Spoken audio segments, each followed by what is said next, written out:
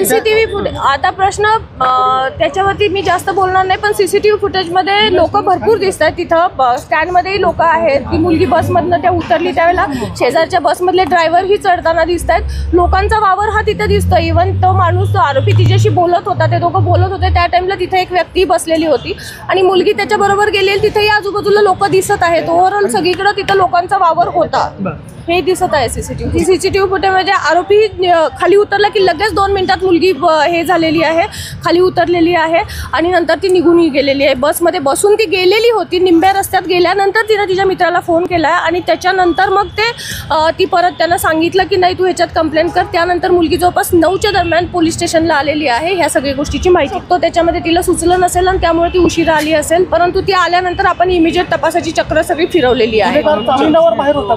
गुन्हेगार बऱ्याच गुन्ह्यांमध्ये आहे. त्याचा म्हणजे 392 सारखे गुन्हे आहेत त्याच्यावरती. शिक्रापूर शिरूर ह्या भागामधले त्याच्यावरती गुन्हे आहेत. हे विद्येचे माहेरघर असल्यामुळे पुण्यामध्ये महाराष्ट्राच्या कानाकोपऱ्यातून विद्यार्थिनी शिक्षणासाठी येतात. कायम पुण्याने एक सुरक्षितेची वेगळी ओळख महाराष्ट्रामध्ये दिलेली आहे. यामध्ये कालच्या स्वारगेटच्या घटनेने खरंच मनाला वेदना होतात.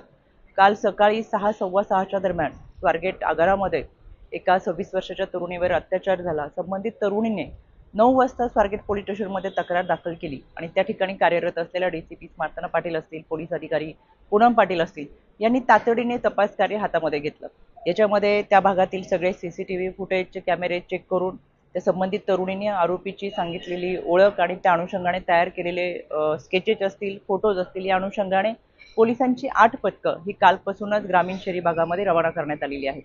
यामध्ये आरोपीचे CDR असतील, लोकेशन असतील हे डिटेक्ट करून आरोपी पकडलाही जाईल. पण शेवटी त्या मुलीची सुरक्षितता फार महत्त्वाची आहे. तिचं आयुष्य हे लाख मोलाचं आहे. त्याच्यामुळे अशा घटना घडूच नाही याच्यासाठी सतर्क राहणं फार गरजेचं आहे. मी सातत्याने पोलिसांच्या संपर्कामध्ये आहे. याच्यामध्ये स्वारगेट पोलीस स्टेशनचं पेट्रोलिंग ही उत्तम पद्धतीने चालू असताना या रहदारीच्या भागामध्ये अशा पद्धतीची घटना घडणं हे दुर्दैवी आहे.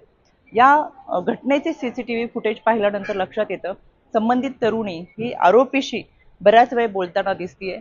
मास्क घालून आलेला हा आरोपी अनोळखी आहे, आपली कोणतीही ओळख नाहीये, तरी सुद्धा संबंधित तरुणीने आपल्याला कुठे जायचंय, आपल्याबरोबर कोण आहे, आपला पत्ता, या सगळ्या गोष्टी सांगितल्यामुळे कदाचित आरोपीच्या लक्षात आलं असेल की ही मुलगी एकटी आहे आणि आरोपीने सांगितलं की मी तुला बस दाखवतो, माझ्यासोबत चल, आणि यामुळे ती तरुणी त्या आरोपीसोबत गेलेली आहे.